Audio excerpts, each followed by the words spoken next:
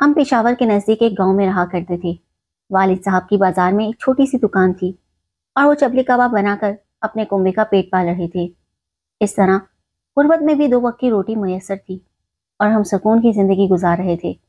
ہم 3 بہنیں تھیں، میں سب سے چھوٹی تھی، لہٰذا اپنے بھائی شعیب کے ساتھ بکریوں کا ریوڑ چڑھانے جایا کرتی تھی۔ بڑا بھائی ایوب اسکول جاتا تھا، اسے پڑھائی میں دلچسپی تھی۔ ان دنوں میٹرک کا طالب علم تھا، مگر شعیب بھائی کو تعلیم سے دلچسپی نہ تھی۔ 5ویں تک اس نے میرے ساتھ پڑھا، پھر جب میں نے اسکول چھوڑا تو اس نے بھی چھوڑ دیا۔ میرا یہ بھائی لاابالی اور شروع سے اپنی آرزوؤں کا غلام تھا۔ جب وہ بڑا ہوا تو زیادہ خودسر ہو گیا، نتائج کی پرواہ کیے بغیر وہ کام کر دیا کرتا۔ اس وجہ سے معمولی باتوں پر اس کا محلے کے لڑکوں سے جھگڑا ہو جاتا۔ محلے دار والد صاحب کی عزت کرتے تھے، ان کے کہنے سننے پر درگزر کر جاتے اور شعیب کو معافی مل جاتی تھی۔ ہماری بکریوں کا ریوڑ خاصا بڑا تھا، اکثر میرا چھوٹا بھائی ہی بکریاں چرایا کرتا تھا۔ ایک روز بھائی بکریاں چرانے گیا، اماں نے مجھے کچھ پہاڑی جڑی بوٹیاں لانے کو کہا تو میں ٹوکری لے کر اس کے ساتھ ہو لی۔ جب ہم گھاٹی کی چراگاہ کے پاس گئے تو وہاں بھائی کو دوست مل گئے، وہ بھی اپنی بکریوں کے ریوڑ کے ساتھ تھے۔ یوں سب ساتھ اپنے اپنے ریوڑ لے کر بکریاں چرانے لگے۔ جب شام ہوئی اور ہم نے اپنی بکریاں اکٹھی کرنے لگے تو ان میں ایک زیادہ تھی، شاید کسی اور کی بکری ہمارے ریوڑ میں شامل ہو گئی تھی۔ شعیب بھائی نے یہ بات کسی کو نہ بتائی، بلکہ وہ بکری شہر لے جا کر بیچ دی۔ اس راز میں اس کا ایک دوست بھی شامل تھا جو اپنا ریوڑ چرا رہا تھا۔ دونوں نے یہ کام مل کر کیا اور جو رقم حاصل ہوئی آپس میں بانٹ لی۔ اب شعیب روز اکیلے ریوڑ لے کر جانے لگا۔ 2 روز بعد اسے کسی دوسرے ریوڑ سے 2 بکریاں ہانک لیں اور انہیں بیچ کر پیسے آپس میں بانٹ لیے۔ اس چوری کا انہیں ایسا مزہ لگا کہ اب اس نے اپنے دوستوں کے ساتھ باقاعدہ پروگرام بنایا کہ زمیندار کی بھیڑیں اور بکریاں چرائیں گے، کیونکہ اس کا ریوڑ تو بہت بڑا ہے، ان کو پتہ نہ چلے گا۔ ایک رات یہ 3 دوست مل کر اس کے باڑے میں پہنچے۔ 2 نے پہرا دیا اور تیسرے نے بھیڑیں ہانکی تاکہ باڑے سے نکال کر باہر لے جائیں۔ محافظ وہاں قریب سو رہا تھا، اس کی لڑکی بھی دوسری چارپائی پر سو رہی تھی۔ اتفاق کہ لڑکی کی آنکھ کھل گئی، اس نے شور مچا دیا، مگر یہ لوگ نکل بھاگنے میں کامیاب ہو گئے۔ محافظ کی بھی آنکھ کھل گئی، اس نے زمیندار کے نوکروں کو ساتھ لیا اور واردات کو آنے والوں کے قدموں کے نشانات دیکھتے ہوئے ہمارے گھر تک بھی پہنچ گئے۔ انہوں نے تینوں لڑکوں کو پکڑ لیا اور خوب مارا۔ بھائی کے دونوں ساتھیوں نے تو محافظ کے پیر پکڑ کر معافی مانگ لی اور اپنی جان چھڑا لی، مگر بھائی انکاری ہی رہا کہ وہ باڑے کی طرف چوری کی غرض سے گیا ہی نہیں تھا۔ مار تو خوب پڑی تھی کہ بدن زخموں سے چور تھا۔ بہرحال والد کے ہاتھ جوڑنے پر وہ شعیب کو زخمی حالت میں چھوڑ کر چلے گئے اور تنبیہ کر گئے کہ اگر آئندہ تم نے یہ حرکت کی تو زمیندار کے حوالے کر دیں گے۔ بھائی شعیب کے دل میں اس لڑکی کی طرف سے کینہ پلنے لگا جس نے شور مچا کر ان کو مصیبت میں ڈالا تھا۔ اس نے عہد کر لیا کہ اس لڑکی سے ضرور بدلہ لے گا۔ ایک روز وہ گاؤں کے کنویں پر گیا، وہاں وہ لڑکی پانی بھر رہی تھی۔ شام کا وقت تھا، دور دور تک کوئی نظر نہ آیا، تو شعیب نے اس موقع کا فائدہ اٹھایا اور لڑکی کو اپنی پگڑی سے باندھ کر اٹھانے لگا اور کس کر اس کے دوپٹے سے اس کا منہ بھی باندھ دیا۔ وہ 12 برس کی معصوم سی لڑکی تھی، اس نے ہاتھ جوڑے تو اس کو ترس آ گیا اور اسے نقصان پہنچائے بغیر پہاڑی کی اوٹ سے لا کر واپس کنویں پر چھوڑ دیا۔ لڑکی نے گھر جا کر ماں سے شکایت کی۔ اس کی ماں میری والدہ کے پاس فریاد لے کر آئی۔ ماں باپ شعیب کی حرکتوں سے تنگ تھے، انہوں نے اسے گھر سے نکال دیا۔ وہ ادھر ادھر مارا مارا پھرنے لگا۔ تبھی اس نے اپنا ٹھکانہ قبرستان میں بنا لیا۔ یہاں اس کے 2-4 اس جیسے دوست آ جاتے، یہ دن کو جوا کھیلتے اور رات قبرستان میں مسجد کے پاس سو جاتا۔ جب کھانے کو پیسے نہ ہو اور کام کرنے کی عادت بھی نہ ہو تو آدمی کیا کرے؟ شعیب کو نئی ترکیب سوجی، وہ قبرستان کا رکھوالا بن گیا، لوگوں سے پیسے لے کر ان کے مرحوم رشتہ داروں کی قبریں ٹھیک کر دیتا، اور جب گاؤں میں کوئی میت ہو جاتی تو لوگ قبر کے لیے اس سے رابطہ کرتے، تب یہ کچھ رقم لے کر قبر کے لیے جگہ دے دیتا۔ والد اور بڑے بھائی نے اسے واپس لانے کی بہت کوشش کی، مگر اس نے انکار کر دیا۔ ایک دن وہ گاؤں سے قبرستان کی طرف لوٹ رہا تھا، اس نے دور سے دیکھا کہ قبرستان میں آگ لگی ہوئی ہے، سوچا کہ یہ آگ کسی دشمن نے لگائی ہوگی۔ قریب پہنچا تو آگ یکلخت غائب ہو گئی۔ شعیب حیران ہوا کہ یہ کیا ماجرا ہے۔ اس روز پہلی بار اسے تلاوت قرآن پاک کا خیال آیا۔ وہ مضبوط اعصاب کا مالک تھا اور زندگی میں کبھی نہیں ڈرا تھا، مگر وہ تمام شب اس نے ڈرتے ہوئے جاگ کر گزار دی۔ نصف شب کے بعد آنکھ لگی تو خواب میں محافظ کی اسی لڑکی کو دیکھا۔ وہ خواب میں اس سے کہہ رہی تھی کہ تمہاری یہ نیکی تمہارے کام آئی ہے۔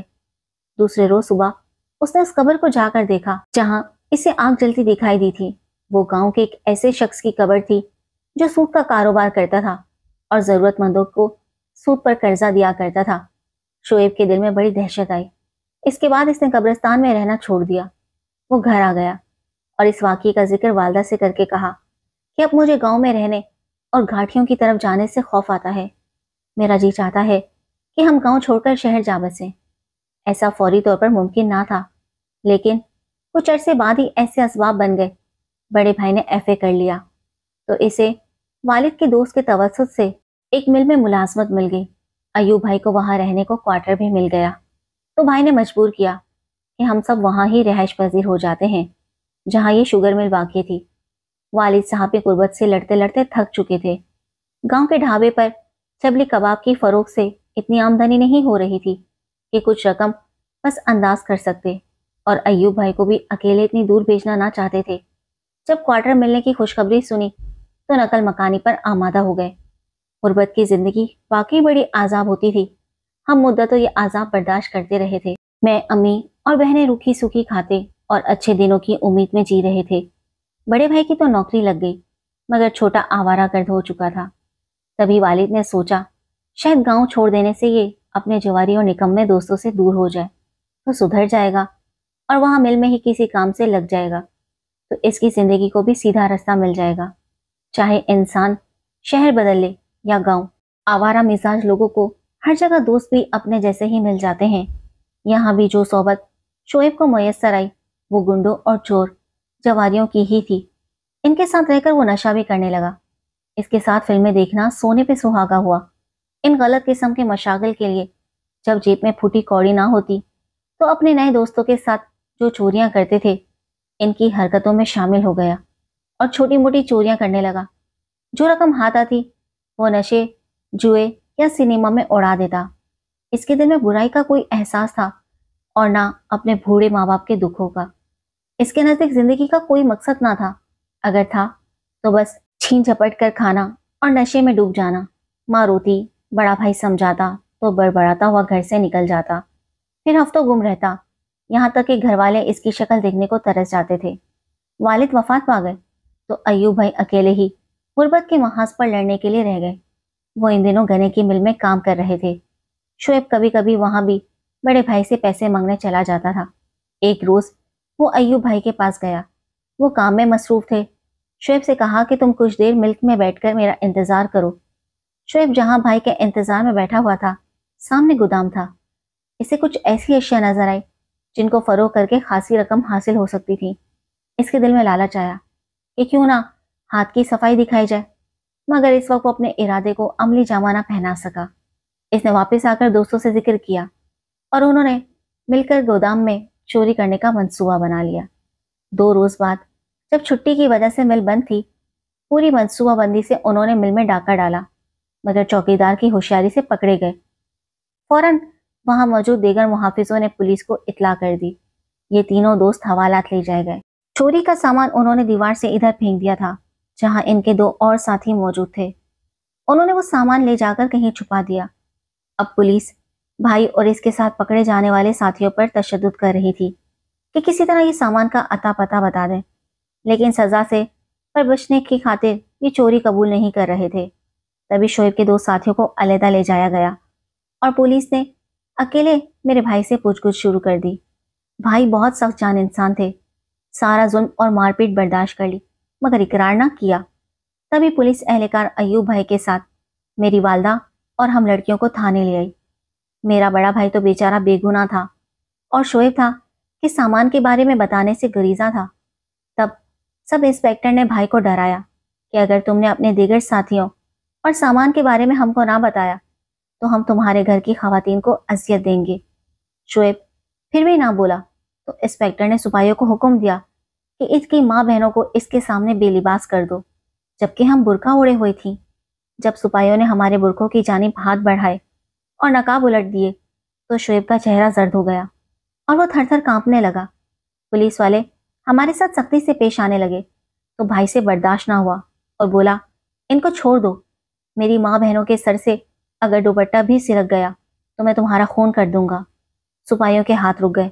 وہ بولے کہ ہماری ان خواتین سے کچھ دشمنی نہیں ہے، ہم بھی ماں اور بہنوں والے ہیں، مگر تم ہم کو ایسا ظلم کرنے پر مجبور کر رہے ہو، سیدھی طرح سب کچھ بتا دو تاکہ ہم ان خواتین کو عزت کے ساتھ گھر بھیج دیں۔ تبھی شعیب بھائی نے نہ صرف جرم کا اقرار کر لیا بلکہ اپنے گروہ کے باقی ماندہ ساتھیوں کے نام بھی بتا دیے۔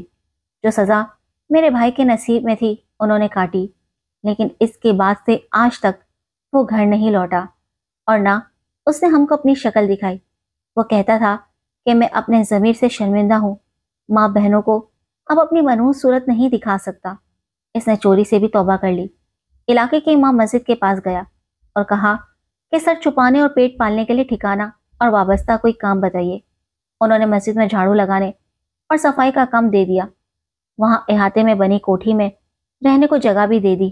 جو تبرک وغیرہ لوگوں کے گھر سے آتا یا نظر و نیاز کا کھانا دوسرے غریب لوگوں کے ساتھ شعیب بھی کھا کر پیٹ بھر لیتا۔ خدا نے اسے مسجد سے سیدھی اور سچی راہ دکھائی۔ تبھی اس نے 5 وقت کی نماز کو اپنا وتیرہ بنا لیا، چوری اور برے کاموں سے توبہ کر لی۔ وہ ایک شریف خاندان کا لڑکا تھا، اس کے خون میں شرافت تھی، ضمیر زندہ تھا۔